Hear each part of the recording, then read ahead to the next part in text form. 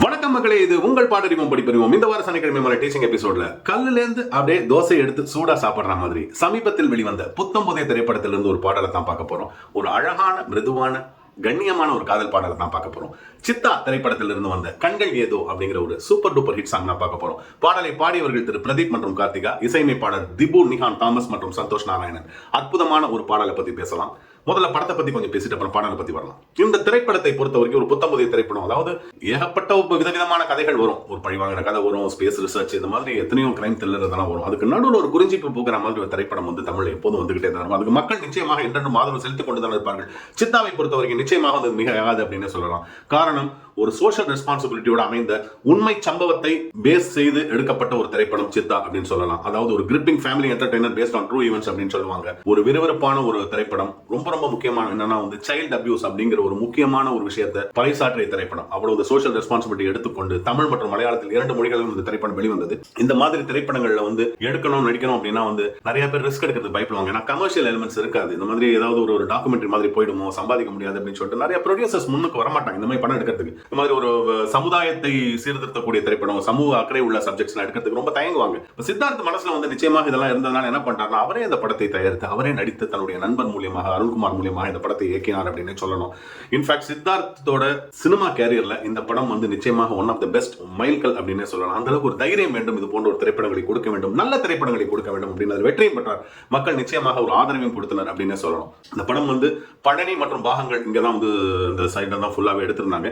எத்தனையோ ரிலேஷன்ஷிப்ஸ் வந்து தமிழ் திரைப்படங்களை வந்து காமிச்சிருக்காங்க. அதாவது ஒரு அப்பா மகளுக்கான ரிலேஷன்ஷிப், ஒரு அம்மா மகன் இருக்கும், ஒரு தாத்தா பேரன், ஒரு பாட்டி பேத்தி, அண்ணன் தங்கை, இந்த மாதிரி எத்தனை காண்பிட்டாலும் சித்தா எதுல வித்தியாசமா இருந்ததுன்னா இது ரொம்ப அழகா ஹேண்டில் பண்ணியிருந்தாங்க. அந்த ஒரு நீஸுக்கும் அந்த அங்கிளுக்கும் அந்த ஒரு சித்தப்பா அவர்களுக்கு அந்த ஒரு இதை வந்து ரொம்ப சிறப்பாக கொண்டு வந்திருந்தார் அப்படின்னு சொல்லலாம். அதை பத்தி திங்க் பண்றதுக்கே ஒரு நிச்சயமாக அதுக்கு ஒரு தைரியம் வேணும் அப்படின்னு சொல்லணும். சித்தார்த் போன்ற ஒரு அழகான கலைஞர்கள் இந்த இளம் வயசுல இந்த மாதிரி ஒரு திரைப்படத்தை எடுக்கிறதுங்கிறது வந்து நிச்சயமாக எல்லாருமே ஆதரவு கொடுக்கணும் இந்த மாதிரி ஒரு முயற்சிக்கு அப்படின்னு சொல்ல வந்தது.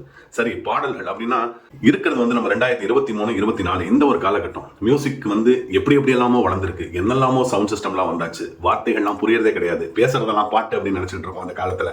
இந்த சமயத்துல இன்னைக்கும் மெலடி நிக்குண்டா அப்படின்னு சொல்லிட்டு மியூசிக் டைரக்டர் நிரூபிக்கிறார் அப்படின்னா திபு நிஹான் தாமஸ் மற்றும் சந்தோஷ் நாராயணன். படத்துக்கு வந்து பின்னணி வந்து விஷால் சந்திரசேகர் செஞ்சிருந்தாங்க. அதற்கு வந்து இந்த பாடல் ஒரு சான்று அப்படின்னே சொல்லலாம். கண்கள் ஏதோ அப்படிங்கிறது வந்து இந்த கார்த்திகா அவங்க வந்து பாடுறப்போ ஒரு லேசா ஒரு இழுப்பு ஒன்று இழுப்பாங்க. அதுதான் ஒரு அழகான சேலஞ்சு. அந்த பிரதீப்போட வாய்ஸ் இருக்கு பாருங்க, 2 பேரோட குரல்களுமே அது ஒரு டாக்ஸிக் வாய்ஸ் அப்படின்னே சொல்லலாம். அடி ஒவ்வொரு பொழுதும் அது ஆரம்பிக்கிறதெல்லாம் நம்ம என்ன நினைச்சோம்னா, இது என்னப்பா அது 2023 வந்த பாட்டா இல்ல கோல்டன் பீரியட்ஸ் 80s வந்தது மெலடிஸ் அந்த பாட்டா அப்படிங்கிற ஒரு சந்தேகம் வந்தது. ரொம்ப ரொம்ப முக்கியமா என்னன்னா வந்து இந்த பாடல்ல வந்து வரிகள் வந்து ரொம்ப தெளிவாக புரிந்தது எல்லாருக்கும். அதுதான் ஒரு நல்ல இசைக்கான ஒரு அடையாளம், நல்ல பாடலுக்கான அடையாளம் அப்படின்னு சொல்லணும். ஒரு பெரிய ஃபேண்டசி எல்லாம் கிடையாது, பெரிய ஹீரோயிசம் கிடையாது, ஒரு பெரிய ஒரு ஃபாரின் இதெல்லாம் கிடையாது, இதெல்லாம் ஷூட் பண்ணல. ஒரு சிம்பிளான சாங் வந்து மக்கள் மனதில் இடம்பெறும் அப்படிங்கறது மீண்டும் ஒரு முறை நிரூபித்திருக்குன்னா அதுக்கு இந்த பாடலை சொல்லலாம். கார்பரேஷன் ஒர்க்கருக்கும் அவருக்கும் சாதாரணமா பைக்ல போறது, அவளுக்கு ஹெல்ப் பண்றது, இந்த மாதிரி அந்த மெலடிக்கு ஏற்றவாறு காட்சி அமைப்புகள்லாம் அமைச்சிருந்தாங்க. அதெல்லாம் தான் வந்து எந்த மாதிரி ரசிகனா இருந்தாலும் சரி, அந்த காலம் இந்த காலம் அப்படின்னால எந்த மாதிரி ரசிகனுக்கும் மனசுக்கு வந்து பிடிக்குங்கிறதுக்கு இந்த பாடலோட வெற்றி ஒரு அழகான வெற்றி அப்படின்னு சொல்லலாம். யுகபாரதியோட ஒரு அழகான வரிகள், அடி ஒவ்வொரு ராப்பொழுதும் ஒன்னா அப்படி நான் ரசிச்சேன், உயிர் கொல்லுது ஓன் நினப்பு கண்மணியே அப்படின்னு இருப்பாரு. டக் அப்படிங்கிற ஒரு அழகான பீட் வந்துகிட்டே இருக்கும். ஒரு நல்ல மெலடி சார். அதாவது பாடல் அந்த காலம் இந்த காலம் அதெல்லாம் பிரச்சனையே கிடையாது. பாடறிவோம் படிப்பறிவோம் பொறுத்த வரைக்கும் நல்ல இசை, அழகு வரிகள், நல்ல குரல்கள், இது போன்ற அழகான மியூசிக் இருக்க பட்சத்துல எந்த மாதிரி பாடல்களும் நமக்கு ஒரு நல்ல பாடல் தான். காரணம் அதைத்தான் வந்து மீண்டும் மீண்டும் நம்ம எடுத்து சொல்லி கொடுப்போம் அப்படிங்கிறத செஞ்சுட்டு இருக்கோம். இது கடவுள் அமைத்த மேடை. நன்றி மக்களே.